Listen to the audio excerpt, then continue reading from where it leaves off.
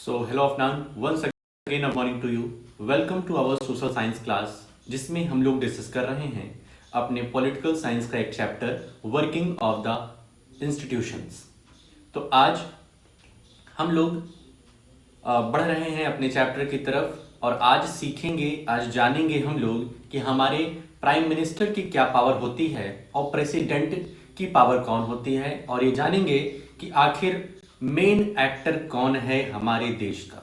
ठीक है, मेन कर्ता धर्ता कौन है, कौन राजा है हमारे देश का, किसके पास ज्यादा पावर है, ये चीजें आज हम लोग डिस्कस करेंगे। तो पूरी तरीके से कंसंट्रेट हो जाइए, जैसे सारी चीजें क्लियर हो सके। कल बहुत ही अच्छी समरी तुमने दिया, उसी तरीके से आज भी देना। ठीक है, पॉइंट वाइज लिख करके और फिर अपनी समरी को डिलीवर करिएगा। चलो, तो इस तरीके से इसको कर लेते हैं थोड़ा नीचे और आ जाते हैं अपनी पीपीटी की तरफ। तो आज हमारा मेन फोकस रहेगा power of the prime minister, prime minister की पावर जानने का और प्रेसिडेंट के बारे में जानने का, और अगर समय हम लोगों के पास रहता है, बचता है, तो फिर जुडिशरी भी देखने की कोशिश रहेगी। ठीक है, तो चलते हैं अपने चैप्टर की तरफ। Powers of the Prime Minister. The Constitution does not say very much about the powers of the Prime Minister or the ministers or their relationship with each other. हमारा जो कॉन्स्टिट्यूशन है वो प्राइम मिनिस्टर की power को एक मतलब classify नहीं करता है, मतलब डिटरमाइन नहीं कर रहा है, एक स्ट्रक्चर में लिख करके नहीं दे रहा है। ठीक है, मतलब जहां पर हम पढ़ करके जान सकें कि आखिर प्राइम मिनिस्टर की कौन कौन सी पावर है। ठीक है, और ना ही कॉन्स्टिट्यूशन ये बताता है कि जो अदर मिनिस्टर्स हैं और प्राइम मिनिस्टर के बीच में कैसा रिलेशन है, ये सारी चीजें हमारा कॉन्स्टिट्यूशन नहीं बताता है। But as head of the government the prime minister has wide ranging powers. He chairs cabinet meetings, he coordinates the work of different departments. कह रहे हैं कि जैसा कि हम लोग जानते हैं, जो प्राइम मिनिस्टर होता है वो हेड होता है। लोकसभा में जिसकी मेजॉरिटी बनती है उसका क्या होता है, वो हेड होता है, और उसके बाद उसको हेड ऑफ द गवर्नमेंट की पदवी दे दी जाती है कि आप गवर्नमेंट के हेड हैं। जितनी भी कैबिनेट की मीटिंग होती है उसकी अध्यक्षता, मतलब उसका जो मॉनिटर करने वाला होता है वो प्राइम मिनिस्टर होता है। His decisions are final in case disagreement arise between departments. अगर दो विभागों के बीच में कुछ खींचातानी है, कुछ वाद विवाद चल रहा है, तो प्राइम मिनिस्टर का ही लास्ट डिसीजन होगा। प्राइम मिनिस्टर ने जो कह दिया फिर आपको मानना ही होगा। He exercises general supervision of different ministers. All ministers work under his leadership. The prime minister distributes and redistributes work to the ministers. Prime minister ही होते हैं जो इन सारे मिनिस्टर्स के क्या होते हैं, हेड होते हैं, और यही कामकाज का बंटवारा करते हैं। अलग अलग मिनिस्टर्स को बताते हैं कि आपका क्या काम है, आप किस कार्य के प्रति रिस्पॉन्सिबल हैं। यदि वो नहीं हो पाया तो आपसे जवाबदेही तय की जाएगी। He also has the power to dismiss ministers. When the prime minister quits, the entire ministry quits. बहुत ही शानदार चीज लिखी हुई है कि किसी भी मिनिस्टर्स को उसके पावर से हटाने का प्राइम मिनिस्टर के पास हक होता है। ठीक है, जैसे कोई भी गृह मंत्रालय संभाल रहा है, ठीक है, कोई भी गृह मंत्रालय संभाल रहा, होम मिनिस्ट्री संभाल रहा है, और प्राइम मिनिस्टर को उसका कामकाज पसंद नहीं आ रहा है, तो तुरंत उन्हें क्या कर देगा, हटा देगा, किसी दूसरे को वहां अपॉइंट कर देगा। ठीक है, तो ये प्राइम मिनिस्टर के अंडर होता है। जैसा कि कल हम लोगों ने डिस्कस किया था कि प्राइम मिनिस्टर की जो शपथ होती है, जो उसको ऑफिस होल्ड कराते हैं, पोस्ट होल्ड कराते हैं, वो प्रेसिडेंट होते हैं। प्राइम मिनिस्टर को शपथ दिलवाने का और उसको ऑफिस होल्ड कराने का काम प्रेसिडेंट का होता है। उसके बाद जो अदर मिनिस्टर्स होते हैं उनकी भी अपॉइंटमेंट प्रेसिडेंट करता है, लेकिन प्राइम मिनिस्टर की एडवाइस से। प्राइम मिनिस्टर उनको बताते हैं कि आप इन्हें ये मंत्रालय दे दीजिए, इन्हें ये, तो वो उनकी एडवाइस पे प्रेसिडेंट अपॉइंटमेंट कर देता है। ठीक है, तो मतलब प्राइम मिनिस्टर ही हैं। प्राइम मिनिस्टर की कृपा अगर बनी रहेगी तो आप मिनिस्टर बने रहेंगे, लेकिन प्राइम मिनिस्टर को आपका कामकाज पसंद नहीं आया तो आपको मिनिस्ट्री से हटा दिया जाएगा। Thus, If the cabinet is the most powerful institution in India, within the cabinet it is the prime minister who is the most powerful. तो इंडिया में कैबिनेट क्या है? बहुत ही शक्तिशाली है। कैबिनेट शक्तिशाली है हमारे इंडिया की, और कैबिनेट के हेड हमारे प्राइम मिनिस्टर हुए तो वो सबसे शक्तिशाली भाई। The powers of the prime minister in all parliamentary democracies of the world have increased so much in recent decades that parliamentary democracies are sometimes seen as prime ministerial form of government. तो कह रहे हैं जहां जहां ये parliamentary government चलती है, parliamentary government का क्या मतलब होता है ये पहले समझ जाओ। ऐसी गवर्नमेंट जिसकी पार्लियामेंट में मेजॉरिटी हो, पार्लियामेंट में मेजॉरिटी हो, लोकसभा की बात कर रहे हैं, ठीक है। पार्लियामेंट यहां पे हम बोल रहे हैं तो उसको राज्यसभा मत समझना, लोकसभा समझना, कि उसकी पार्लियामेंट में क्या हो? मेजॉरिटी हो, और उसी से हेड ऑफ द गवर्नमेंट निकल के आ रहा है, तो ऐसी गवर्नमेंट को पार्लियामेंट्री फॉर्म ऑफ गवर्नमेंट कहते हैं। तो पार्लियामेंट्री फॉर्म ऑफ गवर्नमेंट इतनी शक्तिशाली होती जा रही है ऑल ओवर द वर्ल्ड, जहां जहां डेमोक्रेसी है, तो उस तरीके से पार्लियामेंट्री डेमोक्रेसी को कभी कभी क्या कह देता है? Prime ministerial form of government, ठीक है, क्योंकि प्राइम मिनिस्टर ही मेन हीरो है इस पार्लियामेंट्री फॉर्म ऑफ गवर्नमेंट के। तो कह रहे हैं कि पार्लियामेंट्री और prime ministerial form of government को सिनोनिम्स के रूप में यूज किया जा रहा है। मतलब चाहे तो prime ministerial form of government बोल दो, चाहे पार्लियामेंट्री फॉर्म ऑफ गवर्नमेंट बोल दो, बात एक ही है। As political parties have come to play a major role in politics, the Prime Minister controls the cabinet and parliament through the party. क्या है? As political parties have come to play a major role in politics. जो political parties हैं वो काफी राजनीतियां होती हैं। The Prime Minister controls the cabinet and parliament through the party. तो जो हमारे प्राइम मिनिस्टर जी होते हैं ये भी किसी न किसी पार्टी के तो होते हैं, तो मतलब कि उस कैबिनेट से प्राइम मिनिस्टर के फॉर्म में रहते हैं, और जब पार्लियामेंट में आते हैं तो वो एक पार्टी के सदस्य के रूप में भी रहते हैं, ठीक है।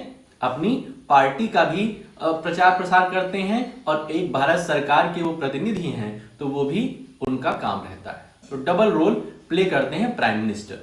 The media also contributes to this trend by making politics and election as a competition between top leaders of parties. और मीडिया भी बहुत ही इंपॉर्टेंट रोल प्ले करती है जो पॉलिटिकल कंपटीशन होता है पार्टियों के बीच में, ठीक है। तो देखते हो बहुत सारे वाद विवाद चलते रहते हैं, डिबेट चलते रहते हैं, न्यूज चैनल्स पे अलग अलग पार्टी के प्रवक्ता रहते हैं। In India too, we have seen such a tendency towards the concentration of powers in the hands of the Prime Minister. कह रहे हैं इंडिया में ज्यादातर देखा जाए तो पावर जो है वो कंसंट्रेटेड है वन हैंड में, ठीक है, प्राइम मिनिस्टर के पास। Jawaharlal Nehru, the first prime minister of India, exercised enormous authority because he had great influence over the public. और यदि आप किसी एक के हाथ में पावर को कंसंट्रेट कर देंगे तो या तो वो बहुत ही अच्छा काम करेगा, सिर्फ भलाई ही भलाई होगी, देश की डेवलपमेंट होगा, या तो उसकी वो सिर्फ अपना ही डेवलपमेंट करेगा, जैसे कि तुम्हें कई बार पहले बता चुके हैं। तो प्राइम मिनिस्टर ऑफ इंडिया जो सबसे पहले हुए थे जवाहरलाल नेहरू, ठीक है, जवाहरलाल नेहरू हुए थे। इन्होंने काफी अपनी इस पावर का इस्तेमाल किया क्योंकि इनका इन्फ्लुएंस पब्लिक में बहुत था। भाई पब्लिक को, भारत को पहली बार अपना प्रधानमंत्री मिला था, मतलब कि अभी तक तो कोई दूसरा रूल कर रहा था हमारे ऊपर, लेकिन अब जो रूल करेगा हमारे ऊपर वो अपने ही देश का होगा, ठीक है। तो प्रधानमंत्री जवाहरलाल नेहरू को यहाँ की जनता काफी चाहती थी, तो इन्होंने काफी कुछ काम किया। Indira Gandhi was also a very powerful leader compared to her colleagues in the cabinet. Indira Gandhi बहुत ही ये भी पावरफुल लीडर थी अपने कैबिनेट में। Of course the extent of power wielded by a prime minister also depends on the personality of the person holding that position.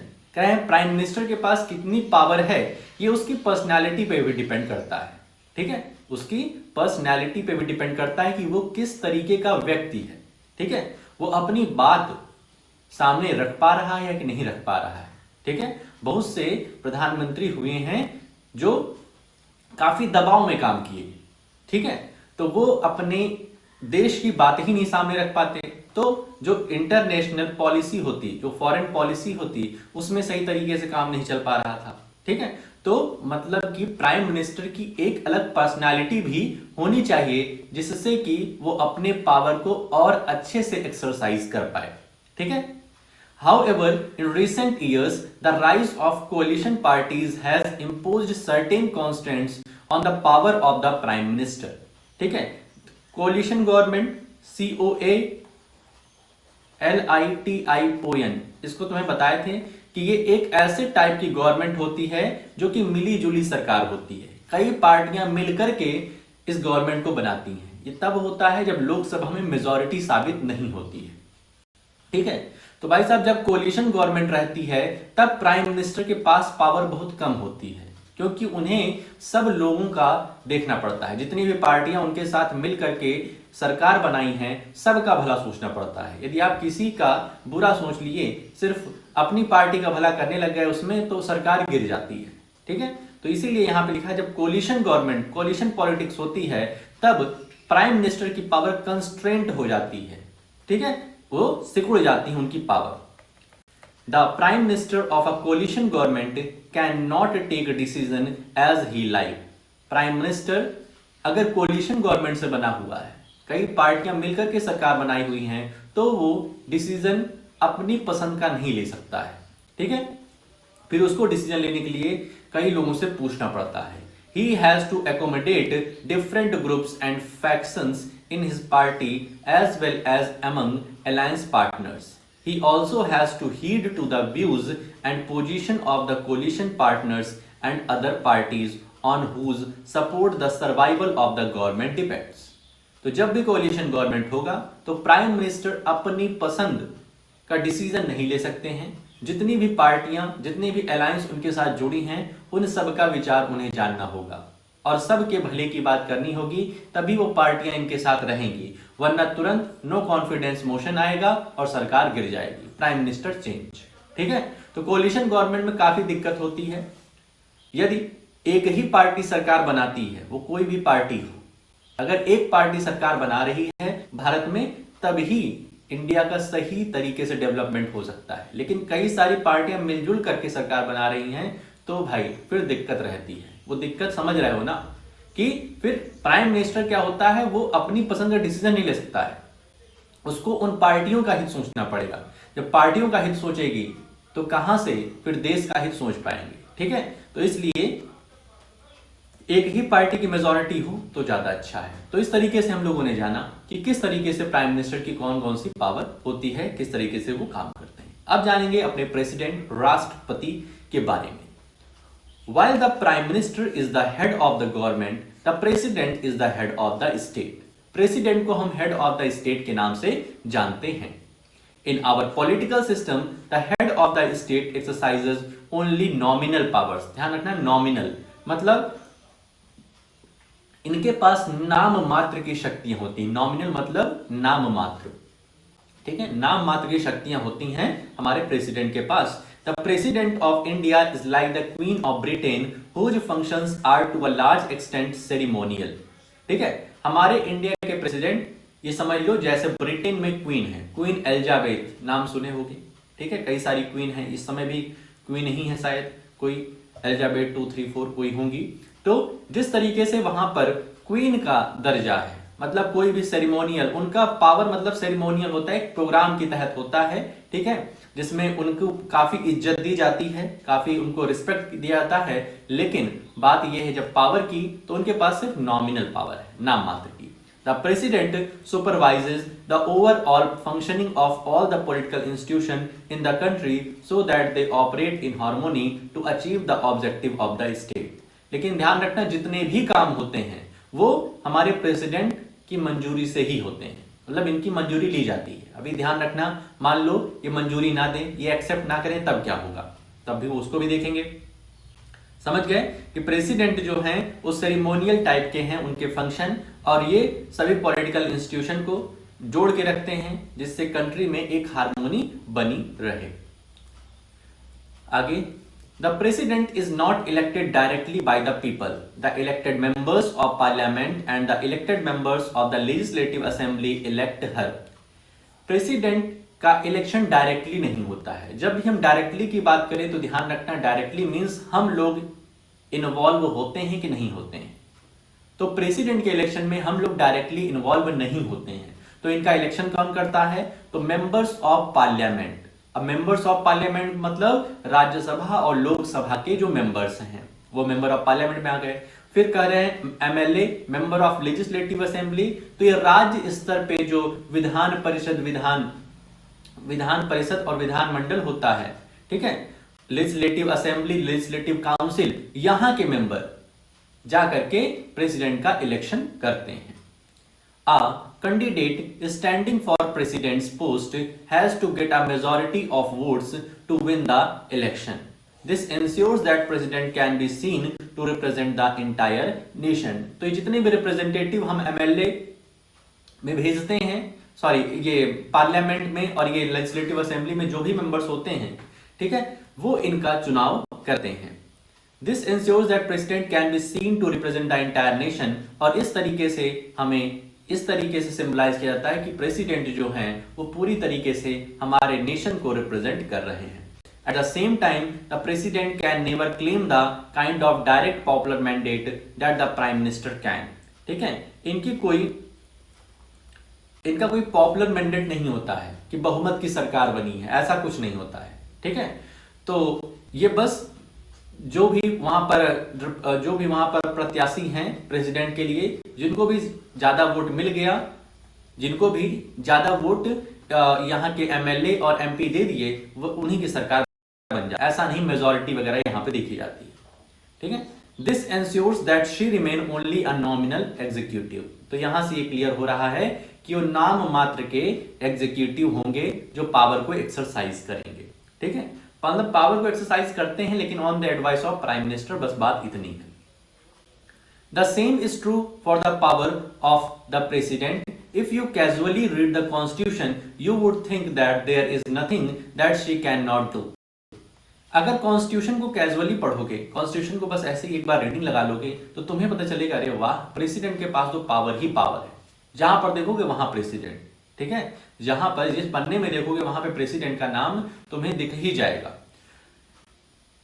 All government activities take place in the name of the president. जितनी भी governmental activities होती हैं वो president के नाम पे होती हैं। All laws and major policy decision of the government are issued in her name. All major appointments are made in the name of the president. जितने भी अपॉइंटमेंट होते हैं, जितने भी ऑर्डर इश्यू किए जाते हैं, उनमें प्रेसिडेंट का नाम जरूर दर्ज होता है। These include the appointment of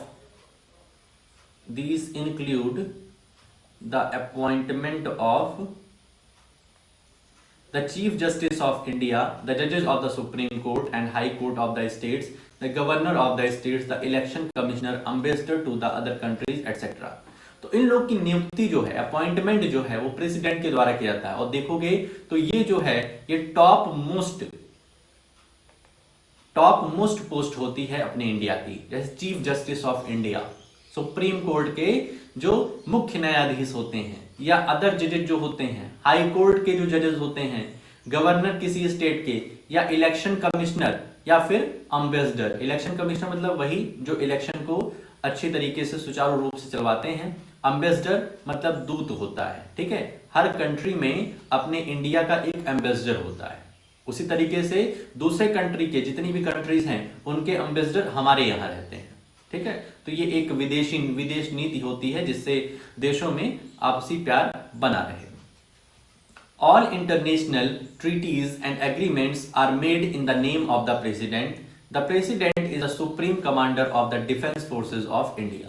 ठीक है, जितने भी गवर्नमेंटल एक्टिविटीज, फंक्शंस होते हैं वो प्रेसिडेंट के नाम पर होते हैं।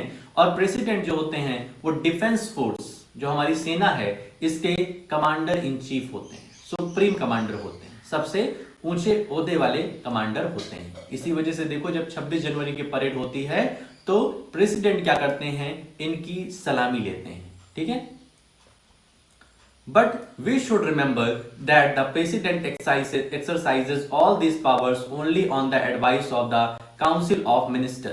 लेकिन हमें याद रखना चाहिए कि प्रेसिडेंट ये सारी पावर एक्सरसाइज करते हैं, इन सब काम को करते हैं, लेकिन सिर्फ और सिर्फ जब तक काउंसिल ऑफ मिनिस्टर इनको एडवाइस देता है तभी। काउंसिल ऑफ मिनिस्टर्स मतलब उसके head prime minister. The president can ask the council of ministers to reconsider its advice, but if the same advice is given again, she is bound to act according to it. मतलब president क्या कर सकते हैं, जो advice I हुई है council of minister से उसको डिले कर सकते हैं, या उसको कह देंगे कि आप फिर से सोच के बताइए, इसमें कुछ खामियां लग रही हैं, उसमें कुछ इंप्रूवमेंट करने के लिए कहेंगे। लेकिन सेम एडवाइस फिर से आएगी तब उन्हें मानना ही मानना पड़ेगा। ठीक है, तो प्रेसिडेंट उस समय मजबूर हो जाते हैं मानने के लिए। Similarly, a bill passed by the parliament becomes a law only after the president gives assent to it. अभी हम लोग पहले ये देखे थे कि कोई भी बिल आता है, कोई भी दस्तावेज आता है, वो कानून तभी बनेगा जब वो उस पर प्रेसिडेंट की साइन होगी। मतलब वो लोकसभा से राज्यसभा जाता है या राज्यसभा से लोकसभा आता है, वो तीसरे स्टेप में वो प्रेसिडेंट के पास पहुंचता है, प्रेसिडेंट उस पर साइन करते हैं, तब वो बिल एक लॉ के रूप में जाना जाता है। लेकिन अगर प्रेसिडेंट उसमें साइन नहीं किए तो वो लॉ नहीं बनेगा। तो प्रेसिडेंट उसको क्या करेंगे, वापस से भेजेंगे कि आप फिर से इस पर क्या करिए, विचार करिए।